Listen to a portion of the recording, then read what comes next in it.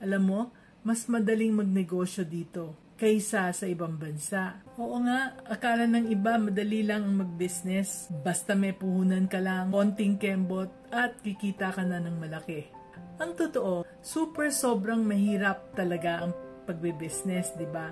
Lalo na pag wala kang alam and gumagaya-gaya ka lang sa mga nakikita mo. So, ang tawag doon is learning by trial and error. Ginawa ko yon, no? Akala ko dahil bright ako, madali lang akong matuto. Kaya more than 20 years akong nag-trial and error.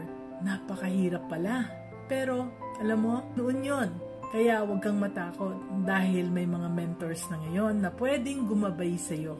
Basta matyaga kang magtanong, makinig at gawin yung mga pinapagawa sa'yo.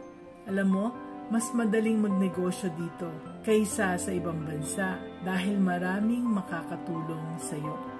Maraming mga Pinoy workers at maraming Pinoy na mentors na handang sumuporta sa iyo. And as you succeed, you too will be able to help other Pinoys as your employees and as your customers. Kaya let's do it na. Start and grow your business today.